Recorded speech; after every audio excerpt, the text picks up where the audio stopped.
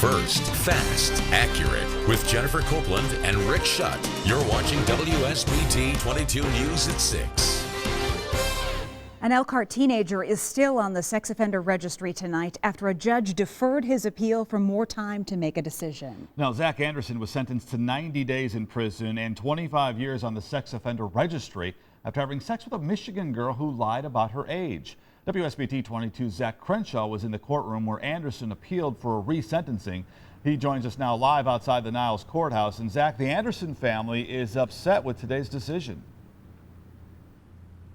Upset and disappointed, Rick, because they believe the judge is dragging out what has already been a lengthy appeals process. Today, the Anderson family and their attorney were hoping that Judge Dennis Wiley, the man who originally sentenced Zach, would grant their request for an appeal and a resentencing under a new judge. Instead, Judge Wiley said he needed time to consider the appeal and specifically review an old case that Anderson's attorney cited as precedent.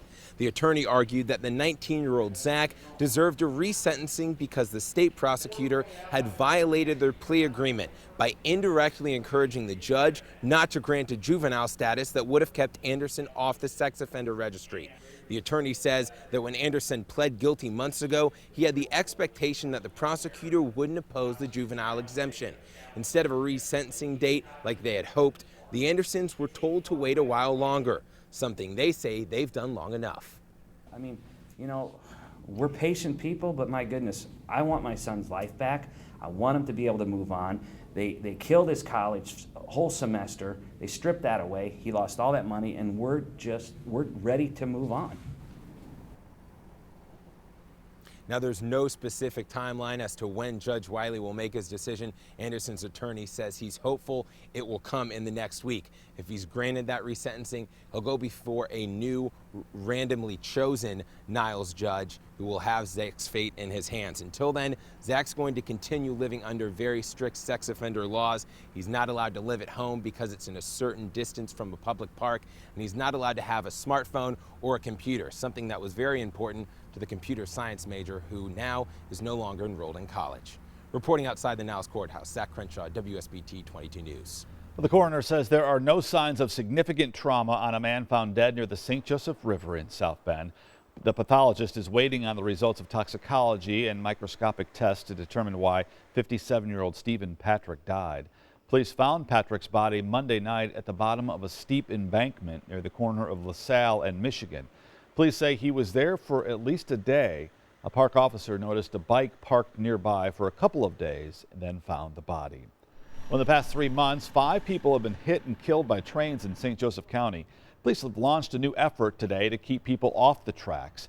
Mishawaka Police and Norfolk Southern Railway Police teamed up to enforce federal trespassing laws regarding railroad tracks. Police are reminding people not to cross or walk on railroad tracks between crossings. Students in Plymouth are going to bed early tonight. They just wrapped up their first day back in the classroom. It's the first district in our area to welcome students back for the new year. Elkhart and Goshen head back to school tomorrow. Meteorologist Matt Rudkin's here. And Matt, they've had really great weather for students to start heading back into the classrooms. Yeah, not too bad. You remember Cindy Ward, right? Of course. Who doesn't remember Cindy Ward? So her favorite type of weather in the summer is real dry, not much humidity, and she does not like humidity. See, we did this for her as she retired several months ago, and she's been able to enjoy the summer. I think a lot of you are on the same page. Nice temperatures. We should be in the low 80s. We're in the upper 70s, low 80s across the region. Dew point values in the 50s. That means it feels pretty nice out there. We haven't had a whole lot of humidity relative to what it certainly could be for the beginning of July. Here's a live look. This is in Mishawaka on top of the St. Joseph Health System, and you can see some blue sky out there, some fair weather clouds as well, and looks like all is smooth as well on the toll road. Here's your forecast this evening. Temperatures fall back into the 70s, eventually 60s overnight, and we're actually going to be in the 50s by the time you wake up tomorrow. Your 7-day forecast coming up here in about 10 minutes or so. Jen and Rick. All right, thank you, Matt. New at 6, leaders from Mishawaka schools in the community discussed plans for the new school year. Teachers, administrators, and even the mayor talked about strengths, weaknesses, and opportunities. Interim Superintendent Dean Spiker outlined more project-based learning, upgraded technology, and partnerships with businesses for high school students. So we're going to be working through a process of change over the next number of months. It's not going to be business as usual. It's going to be different. Spiker says the school system is looking to strengthen its relationship with the community. He says he plans to meet with at least 100 community members over the course of the year. Well, it was a mainstay at the corner of State Road 23 and Main Street for more than 150 years. And now the Ward farmhouse, it's gone, but it's only about a mile down the road. WSBT 22's Patrick Roth is live at its new home in Mishawaka. And Patrick, you don't often see a house like this move every day.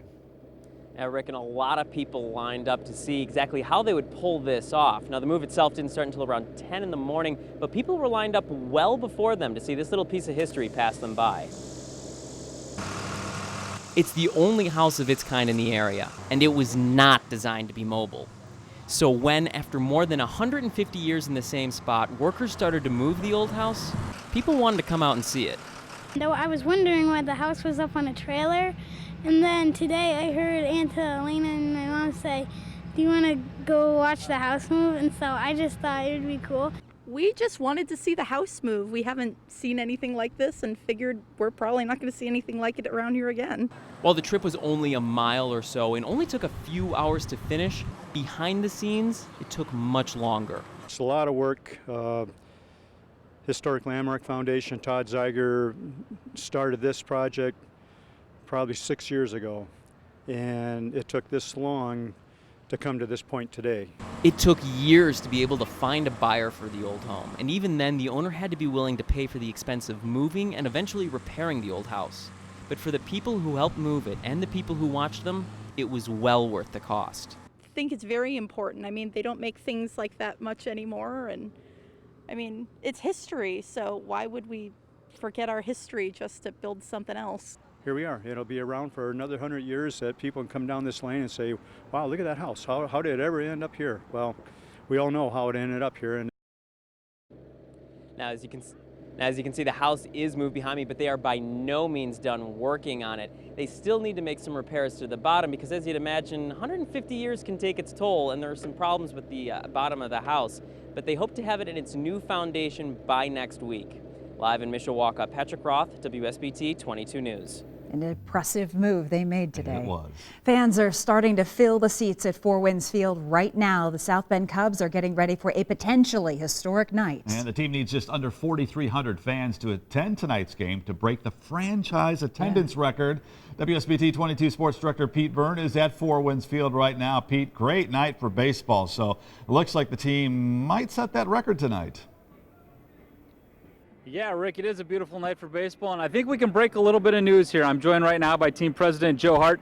Joe, you need 4,300 fans tonight to set your single-season record. You told me you already pre-sold 4,000, so you needed about 300 walk-ups. Any news you can share with us? Yeah, I'm happy to say we've already hit that. We're sitting at about 4,500 right now, and what a feeling. I mean, last year was phenomenal, and to break last year's record and know that we still have 16 games left is pretty amazing. So there you go, breaking news. The record has been set. The only question now becomes how high can it go? And I put that to you. Do you guys have a target range in mind here for how big this could get before the season's over? Yeah, I mean, based on where we are now and even just kind of projecting out with a lot of weekend games, we still have a lot of games left in which we're already sold out and only in the lawn seating left. So, you know, looking at where we are, I think we're going to get over 325, even potentially 330. So, you know, for us, the next real milestone is that 300,000 number. I mean, that's exciting. I mean, for any minor league team, you know, 300 is a pretty big number. And then obviously in this community, you know, last year 258 was awesome for us, but 300 we're going to hit it, and you know that should probably come next homestand. A little ironic that the opponent tonight is King County, the team that used to boast the Cubs, and now they have the Diamondbacks, which was your old team here in South Bend. I mean, you've got the logo on. How powerful has the Cubs affiliation been for you guys this summer? Oh, it's been extremely. I mean, if we do get to where we think we're going to around 335,000 people, that's over 70,000 more people. That's 1,000 people a game difference, and that truly speaks to the volume of the brand of the Cubs. From a merchandise standpoint, we actually just hit another milestone. This year alone, we've sold merchandise to all 50 states in the United States and 6 different countries.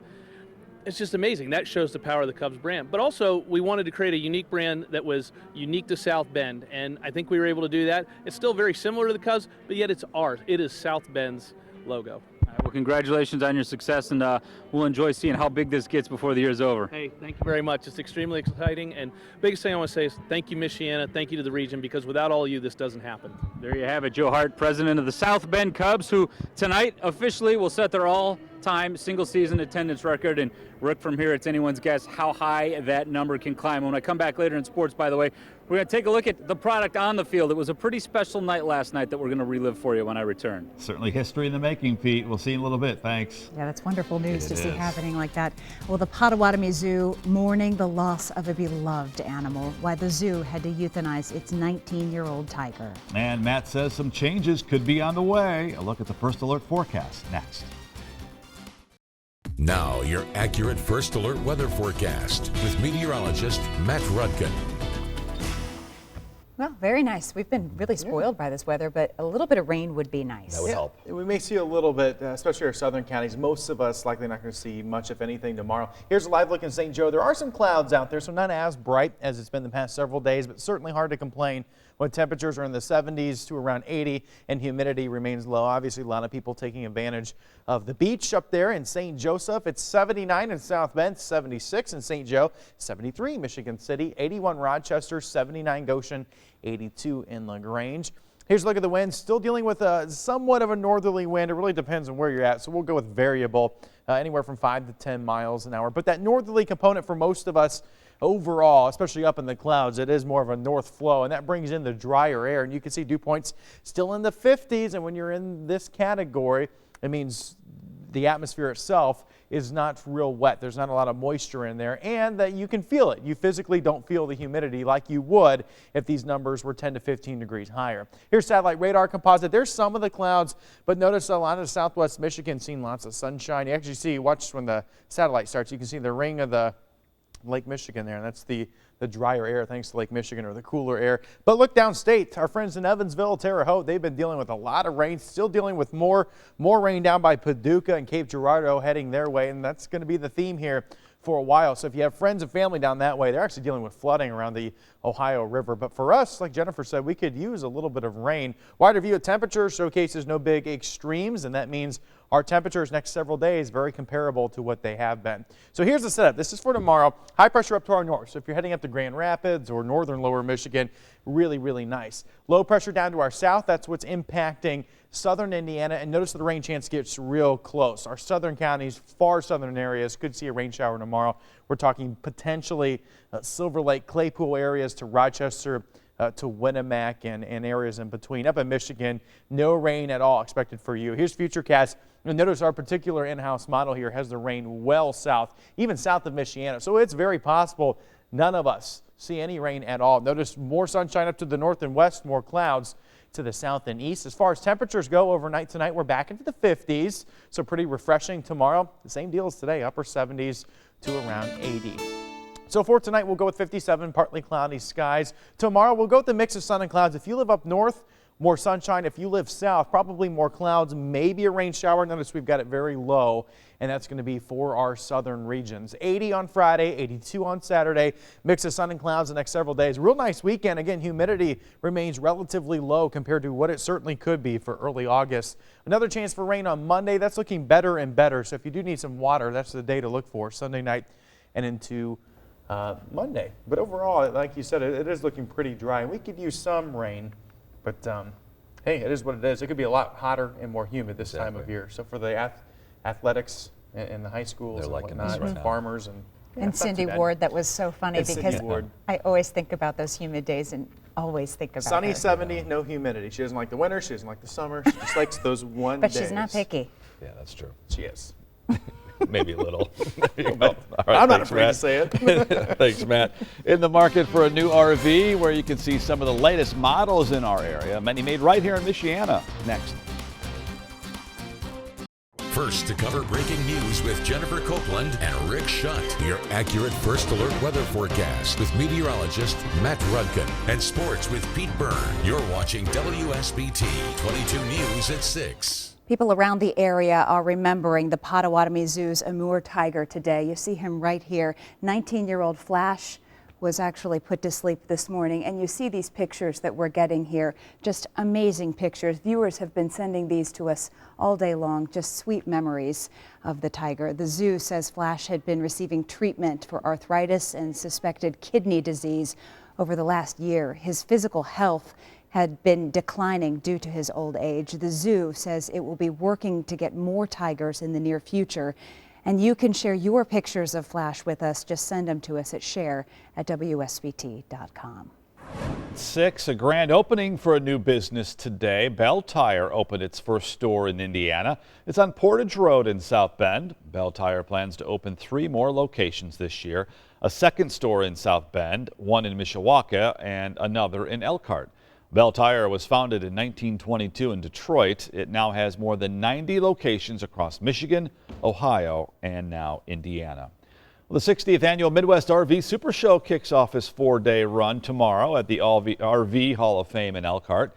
12 area dealers will be there to show nearly 300 different models to potential buyers. Now, all of the displays come directly from the factories in Elkhart and LaGrange County.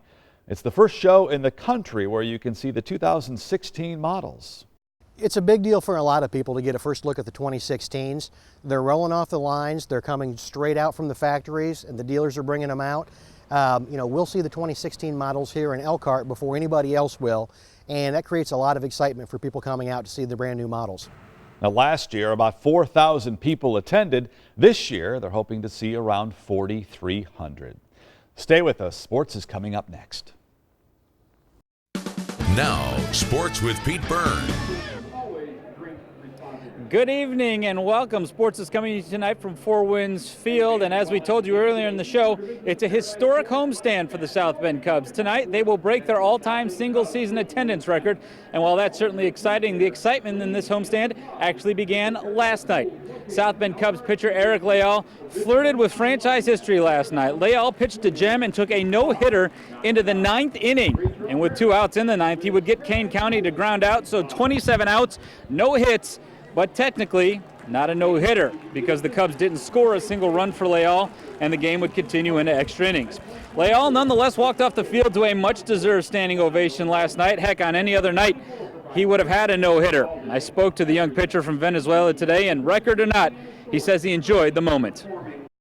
I'm feeling really great because I'm excited because my first time throw 9 innings and no-hitter too. So, really big day yesterday. It's tough to not get the no-hitter or the win or no decision.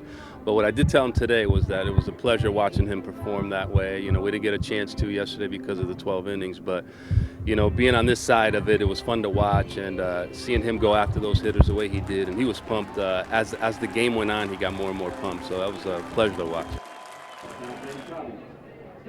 And again, the Cubs will set their attendance record tonight and break it every time they play again over their final 16 home games. If you can't get to the park, there's still a chance to watch some games on SBT2. Our next live telecast is this Saturday night at 7 o'clock. White Sox were in action this afternoon taking on the Tampa Bay Rays in an afternoon game. Sox looking to snap out of a recent slump. And what a start. Already up 2-0 here in the first one. Avi Garcia sends one over the fence in left field. 3-run blast would put the White Sox up 5-0 in the first inning. But they would waste that entire lead, and this would go to extra innings, tied at 5 in the 10th inning. Bases loaded when Garcia comes to the plate again, and sometimes a walk's as good as a hit. A walk-off walk for the White Sox. They go on to beat the Rays today 6-5 in 10 innings. Well, depending on whether or not you believe in the Sports Illustrated jinx, this is either a really good thing or a really bad thing for the Notre Dame football team. Take a look at this. The preseason college football issue of Sports Illustrated hit newsstands today, and the Fighting Irish are on the cover. It features Jalen Smith and Ronnie Stanley. Sports Illustrated has Notre Dame ranked 4th in their preseason poll. And listen to this. They predict that the Irish will end up in the college football playoff this season, along with Ohio State, Auburn, and TCU. That would certainly be something. Notre Dame begins practice for the first time on Friday morning down at Culver Academy, and Brian Kelly will take the podium tomorrow morning to officially open up training camp. And we will, of course, have coverage of that press conference, and I'll have a live report coming up for you tomorrow right here on WSBT 22 News beginning at noon. Rick, Jen, that's going to do it for the ballpark for now. But again, first pitch tonight, 7:05, and it will be a historic night to say the least, as the Cubs will set their all-time single-season attendance mark. Good night for baseball. Pete, thanks so much. All right, we'll be right back. Nice night. Yeah, not too bad. Pretty similar to what we've seen. The forecast is not really changed. Yeah, 50s at night, 80s during the day, low humidity. Could see a few rain showers in our southern counties tomorrow. Otherwise, we stay dry through the weekend. Nice looking 7-day forecast, that's for sure. Matt, thanks. Thank you for joining us. We'll see you again at 10 over on SBT2, and then we're back tonight at 11. Have a great night.